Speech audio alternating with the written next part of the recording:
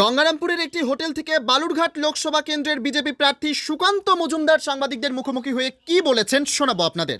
বড় যে বিষয়টি আমাদের চোখের সামনে এসেছে তা হচ্ছে হরিরামপুরে একটি বুথে ৪২ জন মহিলার নাম ডিলিটেড হয়ে গেছে। একসাথে একটি বুথে ৪২ জন মহিলা ভোটার, তারা জীবিত, তারা সেখানেই থাকে, কিন্তু তাদের নাম নেই।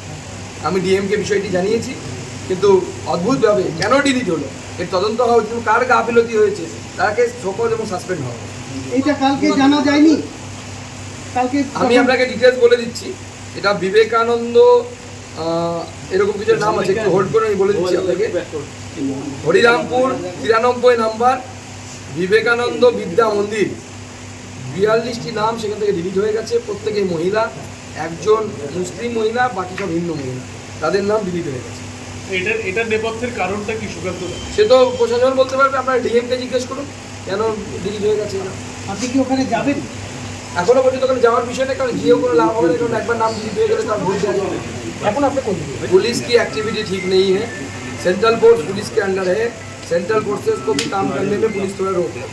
मैं सेंट्रल फोर्सेस को बोलूँगा, जल्दी आप अपने हिसाब से काम करिए। इस पुलिस के पल्ले में पड़ेंगे तो इलेक्शन आप करा ही नहीं सकते। आप फ्री एंड फेयर इलेक्शन कराइए, किसी के पक्ष में कराने की ज़रूरत नहीं। फ्री एंड फेयर इलेक्शन हो, बाकी हम संभाल लेंगे। ব্যুরো রিপোর্ট, পিবি বার্তা।